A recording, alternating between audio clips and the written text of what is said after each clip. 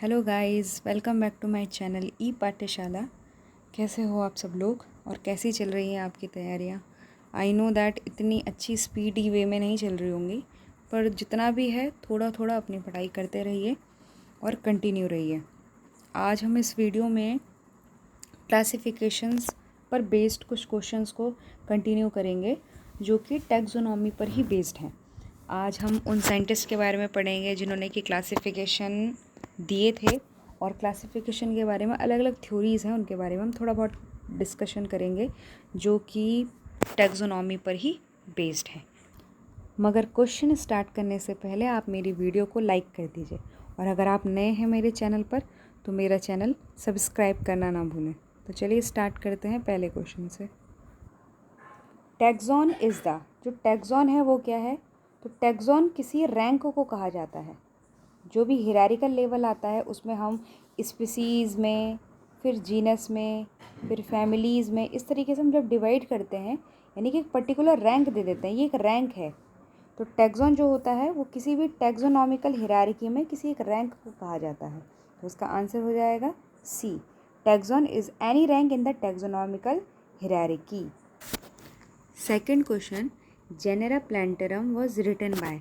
Genera Plantarum जो कि 3 volume में लिखी गई है, वो लिखी गई है बैंथम और हुकर के द्वारा। लेकिन थोड़ा ध्यान रखिए इस क्वेश्चन में कि सेम बुक को सेम नाम से कैरोलस लीनियस ने भी लिखा है। यानी कि जो मेडिकल की बुक है, जीआरबी बुक है, वैलिड बुक है मेडिकल की, उसमें ये लिखा है कि जेनेरा प्लांटरम बैंथम और हुकर के द्वारा भी लिखी गई है, और सेम नाम से वो कैरोलस लीनियस के द्वारा भी लिखी गई है।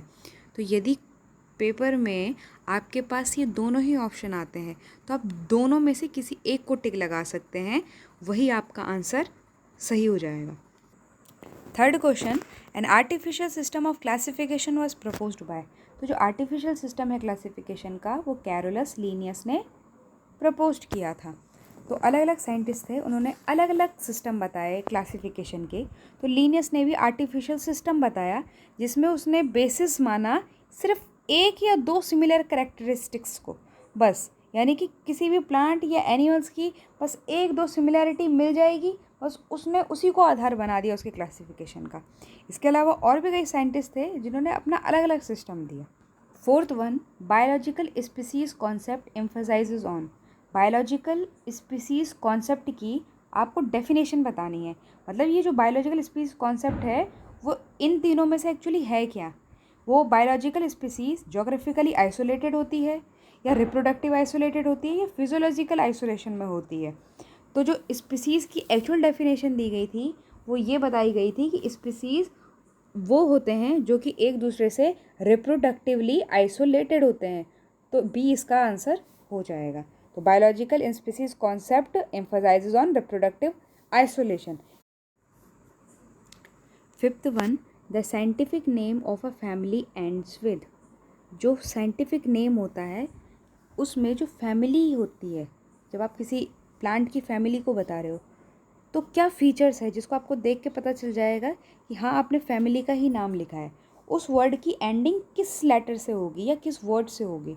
तो ये लिखा है, या तो उसके पीछे एल्स लिखा होगा, या सीडा लिखा होगा, या ई ए ई लिखा होगा, या ए टी ए लिखा होगा। तो देखो कोई सी भी एक फैमिली का नाम आप पढ़ लीजिए। जैसे कि मैंने एक फैमिली बोल दी है फेबेसी।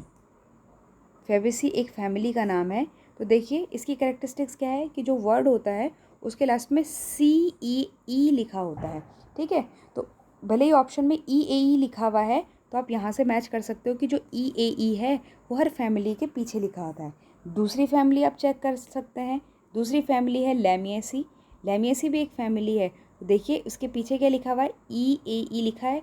तो हाँ समझ जाइए कि साइंटिफिक नेम जो कि फैमिली है वो एंड्स करती है इस वर्ड्स के साथ। ये इनके स्पेशल फीचर्स होते हैं, इनको देख के आप पहचान जाएंगे। Sixth question, choose the correct order. अब आपको यहाँ पर करेक्ट ऑर्डर को चूज़ करना है। ठीक है, देखिए पहले आप समझ लीजिए कि ऑप्शन क्या क्या है। देखिए आगे स्पीसीज़ लिखा है, स्पीसीज़ के बाद जीनस लिखा है, फैमिली लिखी है, ऑर्डर लिखा है, क्लास लिखा है और डिवीज़न लिखा है। तो सारे ऑप्शन इस प्रकार से लिखे गए हैं कि पहले नंबर 1 में ये 2, 3, 4, 5। तो ये एक्चुअल है क्या, ये है हिरारिकल ऑर्डर। जब हम किसी भी स्पीसीज़ को या किसी भी ऑर्गेनिजम्स को क्लासिफाइड करते हैं तो किसी न किसी ऑर्डर पर रखते हैं कि उसकी स्पीसीज़ कैसी है, उसका जीनस क्या है, उसकी फैमिली, ऑर्डर, क्लास या किस डिवीज़न या किस फाइलम से बिलोंग कर रहा है, इसको कहते हैं रैंक। तो जब आप हिरारिकल रैंक लगाते हो तो उसका एक करेक्ट ऑर्डर होता है। तो आपको वो करेक्ट ऑर्डर यहाँ पे बताना है कि वो करेक्ट ऑर्डर कौन सा होगा। तो देखिए, सबसे बेसिक जो क्वेश्चन है टैक्सोनॉमी का वो यही क्वेश्चन है जहाँ पे आपको हिरारिकल रैंक पूछी जाती है। तो देखिए, सबसे पहला जो आता है वो आती है स्पीसीज़, फिर सारी स्पीसीज़ मिलकर के एक जीनस का निर्माण करती है, फिर आती है फैमिली, फिर ऑर्डर, फिर क्लास और फिर डिवीज़न। यानी कि सबसे स्मॉलेस्ट जो रैंक होती है वो होती है स्पीसीज़ की, और सबसे हायर रैंक जो होती है वो होती है डिवीज़न में। डिवीज़न भी बोल सकते हो और फाइलम भी बोल सकते हो। तो बॉटनी में आप डिवीज़न वर्ड यूज़ करते हो और जूलॉजी में आप फाइलम वर्ड यूज़ कर सकते हो। Next question, new type specimen is formed when original type is missing. New type specimen आप फॉर्म कर रहे हो, आपने किसी भी प्रजाति के बारे में डिटेलिंग स्टडी करी है, आप उसके फीचर अच्छे से नोट करके लाए हो, आपने फाइल बनाई है, उसको एक तरह का टाइप स्पेसिमेन कहा जाता है कि आपने उसका स्पेसिमेन तैयार कर लिया है। वो एक स्पीसीज़ का स्पेसिमेन तैयार करने का अर्थ होता है डिस्क्रिप्शन तैयार कर देना कि भाई उसमें क्या क्या कैरेक्टरिस्टिक्स हैं। तो जब आप डिटेलिंग लिख रहे हो या आपने कोई ओरिजिनल फ़ाइल बनाई है और वो original file at a time मौजूद नहीं है या मिसिंग हो चुकी है, अब आप दोबारा से उसी स्पेसिमेन के बारे में नई डिटेलिंग से तैयार कर रहे हैं, तो उस स्पेसिमेन को क्या कहा जाता है। जब आप उसी पुराने वाली चीज़ का नया फॉर्म तैयार कर रहे हो तो उसे कहा जाता है न्यू टाइप। तो देखो, न्यू का जो वर्ड का मतलब होता है वो होता ही न्यू है, तो आप ऐसे भी समझ सकते हो। ठीक है जी। तो न्यू टाइप जो होता है वो ऐसा न्यू टाइप स्पेसिमेन है जो तब तैयार किया जाता है जब ओरिजिनल वाला मिस हो जाता है।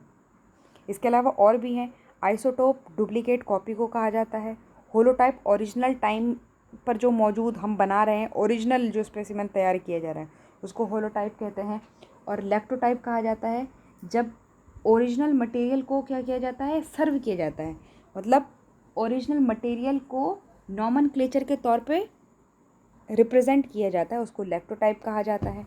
तो ये आप अच्छे से डिटेल में पढ़ लीजिएगा। 8th one, modern branch of classification.